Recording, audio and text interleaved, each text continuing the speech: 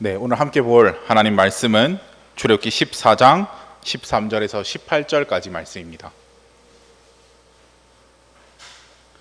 출애굽기 14장 13절에서 18절까지의 말씀입니다. 네, 제가 먼저 한 절, 그다음 여러분들이 한 절 이렇게 교독하시다가 마지막 18절 말씀을 함께 합독하도록 하겠습니다. 모세가 백성에게 이르되 너희는 두려워하지 말고 가만히 서서 여호와께서 오늘 너희를 위하여 행하시는 구원을 보라. 너희가 오늘 본 애굽 사람을 영원히 다시 보지 아니하리라.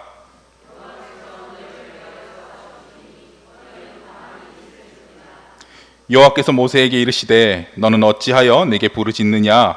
이스라엘 자손에게 명령하여 앞으로 나아가게 하고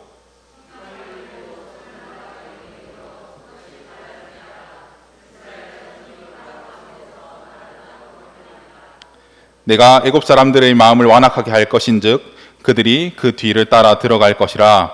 내가 바로와 그의 모든 군대와 그의 병거와 마병으로 말미암아 영광을 얻으리니 내가 바로와 그의 병거와 마병으로 말미암아 영광을 얻을 때에야 애굽 사람들이 나를 여호와인 줄 알리라 하시더니. 아멘. 네, 혹시 성도님들 중에 공포증을 가지고 계신 분 계십니까? 네, 저는 두 가지 공포증을 가지고 있습니다. 하나는 고소공포증이고 또 다른 하나는 물공포증입니다. 제가 아주 어렸을 적에 가족들과 함께 수영장을 간 적이 있습니다.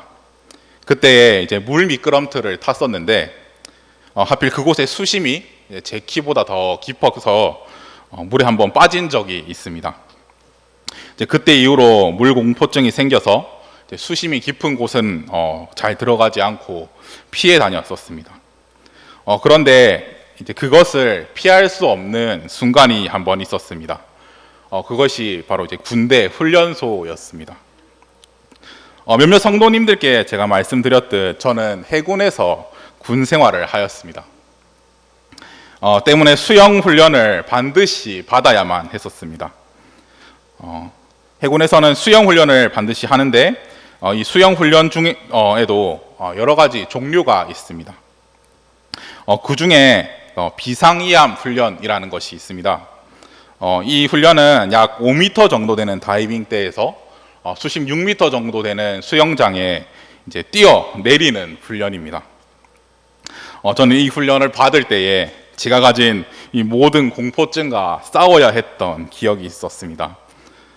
이 순간을 너무나 피하고 싶었지만 도무지 피할 수 없는 참으로 진퇴양난의 상황이었었습니다. 네, 오늘 말씀에 나타난 이스라엘 백성 또한 진퇴양난의 상황 가운데서 두려움에 떨고 있습니다. 그렇게 두려움에 떨고 있는 이스라엘 백성을 향하여서 모세는 위로의 말씀을 전하게 됩니다. 그리고 하나님께서는 그 두려워하는 이스라엘 백성들을 향하여서 자신이 이루실 일들에 대하여서 말씀하여 주십니다. 오늘 말씀에 나타난 그 구원의 원리와 하나님께서 그 이루어 가시는 일들의 그 의미를 알아보고자 합니다. 잘 아시겠지만 이스라엘 백성들은 애굽 땅에서 400년간 종살이 하였습니다. 하나님께서는 모세를 통하여서 이스라엘 백성을 애굽 땅에서 나오게 하십니다. 애굽의 바로는 처음에는 이스라엘 백성들을 놓아줄 생각이 전혀 없었습니다. 하지만 하나님께서 애굽 땅 가운데 내리시는 10가지 재앙을 경험하고 이스라엘 백성들을 놓아주게 됩니다. 그렇게 애굽을 떠나 약속의 땅인 가나안 땅으로 향하던 이스라엘 백성은 홍해라는 바다 앞에 이르게 됩니다. 그때 바로의 마음은 변하게 됩니다. 마음이 변한 바로는 군대를 준비시켜 이스라엘 백성들을 추격하게 됩니다. 이스라엘 백성들도 바로와 애굽의 군대가 추격해 온다는 사실을 알게 되었고 이 사실을 알게 된 이스라엘 백성들은 모세를 향하여 원망을 늘어놓게 됩니다. 여기까지가 오늘 말씀에 앞선 출애굽기의 이야기입니다. 이스라엘 백성들의 원망을 들은 모세는 그 반응을 보고 담대하게 말씀을 선포하고 있습니다. 오늘 말씀 13절에 보시면 모세는 두려워하는 백성들을 향하여서 이렇게 이야기하고 있습니다. 너희는 두려워하지 말고 가만히 서서 여호와께서 오늘 너희를 위하여 행하시는 구원을 보라. 너희가 오늘 본 애굽 사람들을 영원히 다시 보지 아니하리라 라고 이야기하고 있습니다. 여기서 모세는 보다라는 이 동사를 총 3회 반복하여서 이야기하고 있습니다. 모세는 보다라는 이 단어를 반복하여 사용함으로써 하나님의 구원과 애굽 사람, 애굽 군대를 극명하게 대비하여서 강조하고 있습니다. 이스라엘 백성들이 지금 이 순간 보아야 할 것은 우리를 위협하는 저 애굽 사람, 애굽 군대가 아니라 하나님의 구원이라는 것을 이야기하고자 하는 것입니다. 이어지는 14절의 말씀에서는 여호와께서 너희를 위하여 싸우시리니 너희는 가만히 있을지니라 라고 말하고 있습니다. 번역에는 잘 나타나 있지 않지만은 히브리어 원어 성경을 보시게 되면 여기서 모세는 여호와 하나님을 강조하여서 이야기하고 있습니다. 이 두려운 상황 가운데서 그들이 의지해야 할 것은 다른 것이 아니라 여호와 하나님이라는 것입니다. 전능하신 여호와 하나님께서 우리를 위하여 싸우신다라는 것을 강조하여 말하고 있는 것입니다. 모세를 향하여 원망을 쏟아놓았던 이스라엘 백성을 향해 모세는 그들을 비난하거나 질타하지 않습니다. 모세는 두려워하는 이스라엘 백성들을 향해 우리에게는 하나님이 있다라는 것을 이야기하며 그들을 위로하여 줍니다. 이 땅이 아닌 바로 하늘을 보게 하는 것입니다. 모세도 하나님께서 어떠한 방법으로 그들을 구원하실지는 정확히 알지 못했습니다. 하지만 하나님께서 구원하실 것임을 굳게 믿었던 것입니다. 다시 한 번 더 오늘 말씀 13절과 14절을 보시게 되면 공통적인 명령이 한 가지 나타나 있습니다. 먼저 13절의 말씀을 보시게 되면 너희는 두려워하지 말고 가만히 서서 여호와께서 오늘 너희를 위하여 행하시는 구원을 보라 라고 이야기하고 있습니다. 이어서 14절에서도 마찬가지로 너희는 가만히 있을지니라 라고 명령하고 있습니다. 이스라엘 백성들은 애굽의 군대에 맞서 싸울 필요가 없었습니다. 이스라엘 백성은 하나님의 구원을 누리기 위해서 해야 할 일은 다른 것이 아니었습니다.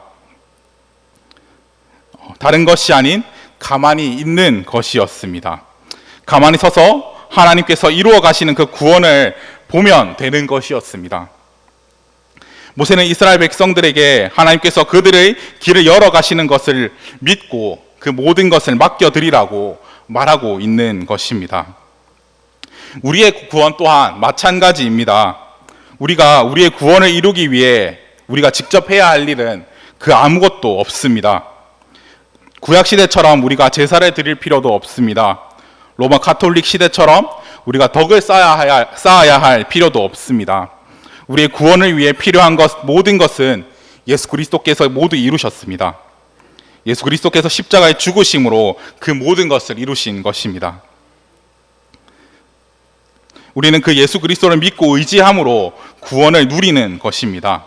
우리도 홍해 앞에 선 이스라엘 백성들과 동일한 어쩌면 그보다 더욱 큰 감동적인 구원의 은혜를 누리고 있습니다. 이 사실을 기억하시면서 기뻐하시는 여러분이 되시기를 바랍니다. 이스라엘 백성의 부르짖음을 들은 하나님께서는 모세에게 말씀하십니다. 오늘 말씀 15절 말씀을 보시겠습니다. 하나님께서는 모세를 향하여 너는 어찌하여 내게 부르짖느냐 이스라엘 자손에게 명령하여 앞으로 나아가게 하고 라고 말씀하고 계십니다. 이 명령은 오늘 본문에 앞선 출애굽기 14장 2절에 나타난 하나님의 그 명령과 유사한 구조를 가지고 있습니다. 출애굽기 14장 2절에서도 동일하게 하나님께서 그들이 나아갈 바에 대해서 명령하고 계십니다. 하나님께서 이와 같이 명령하시는 것은 지금 이 상황이 그들이 기도해야 하거나 부르짖을 상황이 아니라는 것입니다. 더 이상 기도하고 두려워하고 있을 것이 아니라 이제는 행동으로 옮겨서 나아가야 한다고 말씀하시는 것입니다. 하지만 그들의 앞에는 지금 홍해 바다가 있습니다. 바다가 길을 가로막고 있는데 그 길을 당연한 듯이 나아가라고 하나님께서는 명령하고 계신 것입니다. 모세는 이러한 하나님의 명령이 아마 당황스러웠을 것입니다. 이어서 하나님께서는 모세에게도 명령하시게 됩니다. 오늘 말씀 16절의 전반부를 보시게 되면 지팡이를 들고 손을 바다 위로 내밀어 그것이 갈라지게 하라라고 명령하고 계십니다. 이러한 명령을 들은 모세는 또 한 번 당황스러웠을 것입니다. 모세 자신에게는 바다를 가를 만한 능력이 없는데 하나님은 이와 같은 명령을 하고 계신 것입니다. 이렇게 당황스러운 명령에 이어서 하나님께서는 자신이 이루실 놀라운 일을 알려주십니다. 오늘 말씀 16절 후반부를 보시게 되면 이스라엘 자손이 바다 가운데 마른 땅으로 행하리라 라고 말씀하고 계십니다. 하나님께서는 불가능한 일을 맡기시는 분이 아닙니다. 바다를 가르시고 마른 땅을 나게 하시는 일은 하나님께서 행하시는 일인 것입니다. 모세가 손을 드는 일은 이 일을 하나님께서 행하셨음을 나타내는 의미에서 이와 같이 명령하신 것이었습니다. 바다 가운데 마른 길을 내시는 일을 하나님께서 이루시고 모세는 손을 들어 하나님께서 이 일을 이루셨음을 나타냅니다. 그리고 이스라엘 백성은 그 가운데로 행진하는 것입니다. 이렇게 구원의 놀라운 일을 이루어 가시는 것입니다. 이스라엘 백성 또한 바다를 건널 수 있는 특별한 능력이 있기 때문에 이러한 명령을 하신 것은 아닙니다. 구원의 놀라운 일을 이루시기 위하여 모든 것을 준비하시고 시행하시는 하나님을 우리는 이 말씀 가운데서 발견할 수 있는 것입니다. 저는 오늘 말씀에 나타난 이 그림을 오늘의 교회에서도 발견할 수 있다고 생각합니다. 우리는 죄라는 홍해 바다로 인하여 하나님 나라로 나아갈 수 없는 상황에 있습니다. 그러한 우리에게 예수 그리스도께서는 십자가를 통하여 마른 땅을 내어 주십니다. 그리고 성령님께서는 두 손을 들어 이 모든 일을 예수 그리스도께서 이루셨음을 나타내는 것입니다. 하나님 나라의 백성된 우리 성도들은 그 놀라운 길을 건너 하나님 나라로 행진하면 되는 것입니다. 우리 또한 이 홍해의 기적과 같은 놀라운 구원의 행진 가운데 있음을 여러분들이 기억하셨으면 합니다. 이어서 하나님께서는 애굽의 군대를 통하여 자신의 영광을 받으실 것에 대해 말씀하십니다.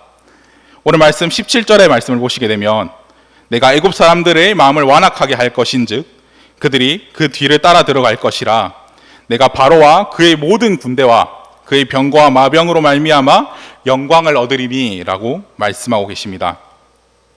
여기서 한글 번역에는 나타나 있지 않지만 히브리어 성경에서는 17절의 말씀을 감탄사로 시작하고 있습니다.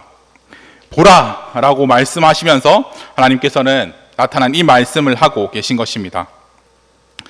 그처럼 감탄사로서 이 말씀을 시작하신 것은 하나님께서 이 일을 단번에 이루실 것이라는 의미에서 그렇게 말씀하신 것입니다. 모세는 애굽의 군대가 자신을 뒤따라올 것임을 설명받게 되었습니다. 하지만 구체적으로 하나님께서 그들을 어떻게 구원하실지에 대해서는 여전히 알지 못했습니다. 그럼에도 불구하고 모세는 하나님께서 이스라엘 백성을 보호하시고 구원하실 것임을 믿음으로 담대하게 나아갈 수 있었습니다. 이어지는 18절의 말씀을 보시게 되면 내가 바로와 그의 병거와 마병으로 말미암아 영광을 얻을 때에야 애굽 사람들이 나를 여호와인 줄 알리라 하시더니 라고 말씀하고 계십니다. 17절과 18절의 말씀은 출애굽기 14장 4절의 말씀과 유사한 구조를 가지고 있습니다.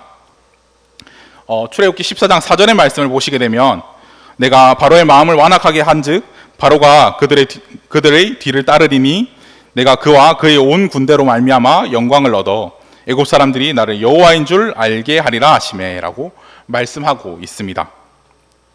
출애굽기 14장 4절의 말씀과 오늘 말씀 17절과 18절의 말씀의 차이점이라고 하면은 4절의 말씀에서는 바로 한 사람의 마음을 완악하게 하셨으나 17절과 18절의 말씀에서는 애굽 사람 전체의 마음을 완악하게 하시겠다라고 말씀하시고 계십니다. 약간의 차이는 있지만 하나님께서는 반복하여서 애굽의 군대를 통하여서 자신이 영광을 받을 것임에 대해 말씀하고 계십니다. 이처럼 하나님께서 애굽의 군대를 통하여 영광을 받으시겠다라고 반복하여 말씀하신 것은 하나님께서 이 땅을 다스리고 계심을 다시 확인시켜 주시는 것입니다. 하나님께서는 애굽의 10가지 재앙을 통하여서 애굽 사람들이 모시고 있는 신들이 신이 아니라 하나님의 다스림을 받고 있는 피조물임을 보이셨습니다. 그럼에도 불구하고 하나님께 순종하지 않는 애굽 사람들에게 하나님께서는 하나님의 다스리심을 보여주시는 것입니다. 4절의 마지막과 8절의 마지막에 동일하게 나타나 있는 말씀이 있습니다. 애굽 사람들이 나를 여호와인 줄을 알리라 하시더니라는 이 말씀이 반복하여서 나타나 있습니다. 출애굽기 5장 2절의 말씀을 보시게 되면 이스라엘 백성을 보내줄 것을 요청하는 모세에게 바로는 나는 여호와를 알지 못하니 이스라엘을 보내지 아니하리라 라고 이야기하였습니다. 이처럼 여호와를 알지 못한다라고 말한 이 바로의 불순종에 대하여 하나님께서는 이제는 하나님 여호와인 줄을 알게 될 것이라고 말씀하시는 것입니다. 하나님은 자신의 말씀에 순종하지 않았던 애굽의 바로를 치심으로 하나님이 참 하나님이 되시며 그분의 말씀에 복종해야 함을 알려주시는 것입니다. 이렇게 하나님께서는 애굽의 군대를 치심을 통하여서 하나님이 참 하나님 되심과 이스라엘 백성이 하나님의 백성임을 만방에 나타내시는 이 일을 이루셨습니다. 사도 바울은 고린도전서 10장 2절에서 이 홍해 사건을 가리켜 세례를 예표하는 것이라고 이야기하였습니다. 이스라엘 민족이 모세와 연합하여 홍해 사건으로 세례를 받았듯 우리는 예수 그리스도와 연합하여 세례를 받는 것이라고 사도 바울은 이야기합니다. 그리고 베드로전서 3장 21절에서는 우리가 받는 이 세례는 우리의 구원을 표하는 것이라고 이야기합니다. 교회 공동체 가운데서 자신의 신앙을 공적으로 고백하고 공식적으로 한 교회의 한 성도됨을 인증받는 것입니다. 이스라엘의 홍해 사건 또한 마찬가지입니다. 홍해 사건은 이스라엘 백성들이 구원을 받은 하나님 나라의 백성임을 세상 만방에 표하는 사건이자 하나님 나라의 백성임을 구분하는 사건이 되는 것입니다. 이 홍해 사건의 의미와 이어지는 우리의 세례의 의미를 성도님들이 기억하셨으면 합니다. 그리고 우리의 교회 안에서 세례 받는 성도가 늘어남을 보면서 이 의미를 떠올리며 함께 기뻐하셨으면 합니다. 네, 오늘의 말씀을 맺고자 합니다. 모세는 애굽의 군대의 위협 앞에 두려워하는 이스라엘 백성을 향하여 위로의 말씀을 전하여 줍니다. 두려워하지 말고 가만히 서서 전능하신 하나님께서 이루시는 구원을 보라고 그들을 위로하여 줍니다. 우리의 구원 또한 마찬가지입니다. 우리의 구원에서 우리가 해야 할 것은 아무것도 없습니다. 우리의 구원을 위해 필요한 모든 것은 예수 그리스도께서 이루셨고 우리는 믿음으로 그것을 누리는 것입니다. 우리는 이처럼 감동적인 구원의 은혜를 누리고 있습니다. 이 사실을 기억하시며 기뻐하시는 성도님들이 되셨으면 합니다. 하나님께서는 이스라엘 백성과 모세를 향하여 이해할 수 없는 명령을 하십니다. 나아갈 수 없는 길을 가라고 명령하시고 할 수 없는 바다를 가르는 일을 명령하십니다. 동시에 하나님께서는 자신이 이루신 놀라운 일을 알려주십니다. 하나님께서는 바다 가운데 마른 길을 내시고 모세는 손을 들어 하나님께서 이 모든 것을 이루셨음을 나타내며 이스라엘 백성은 그 가운데로 행진하는 것입니다. 이렇게 구원의 놀라운 일을 하나님께서는 이루어 가시는 것입니다. 구원의 놀라운 일을 이루시기 위해 모든 것을 준비하시고 시행하시는 하나님을 우리는 말씀에서 발견할 수 있었습니다. 우리 또한 이 놀라운 구원의 행진 가운데 있음을 여러분들이 기억하시며 기뻐하셨으면 합니다. 하나님께서는 애굽의 군대를 치심으로써 하나님께서 참 하나님 되심과 이스라엘 백성이 구원받은 자신의 백성임을 표하셨습니다. 우리의 세례 또한 교회 가운데서 우리 자신의 신앙을 고백하고 공식적으로 구원받은 성도됨을 표하는 것입니다. 이처럼 홍해 사건의 의미와 세례의 의미는 이어져 있습니다. 이 홍해 사건의 의미와 세례의 의미를 성도님들이 기억하셨으면 합니다. 이 홍해 사건의 의미와 세례의 의미를 기억하시며 나의 세례뿐만 아니라 교회 가운데 다른 성도의 세례를 바라보며 함께 기뻐하는 교회가 되었으면 합니다. 네, 오늘 들은 이 말씀을 두고 함께 기도하셨으면 합니다. 먼저는 우리의 공로나 우리의 노력으로 받은 것이 아닌 선물로 받아 그저 누리는 이 구원이라는 선물을 두고 먼저 감사의 기도를 하셨으면 합니다. 또한 구원의 놀라운 일을 이루시며 그 모든 것을 준비하시고 인도하시는 하나님께 또한 감사의 기도를 드렸으면 합니다. 마지막으로 홍해 사건과 세례의 의미를 기억하셨으면 합니다. 이 두 가지 일의 의미를 기억하시며 나의 세례받은 뿐만 아니라 다른 사람의 세례 또한 우리가 함께 기뻐하며 함께 즐거워할 수 있게 해달라고 기도하셨으면 합니다. 네, 오늘 들은 이 말씀을 두고 함께 짧게 기도하도록 하겠습니다. 기도하시겠습니다.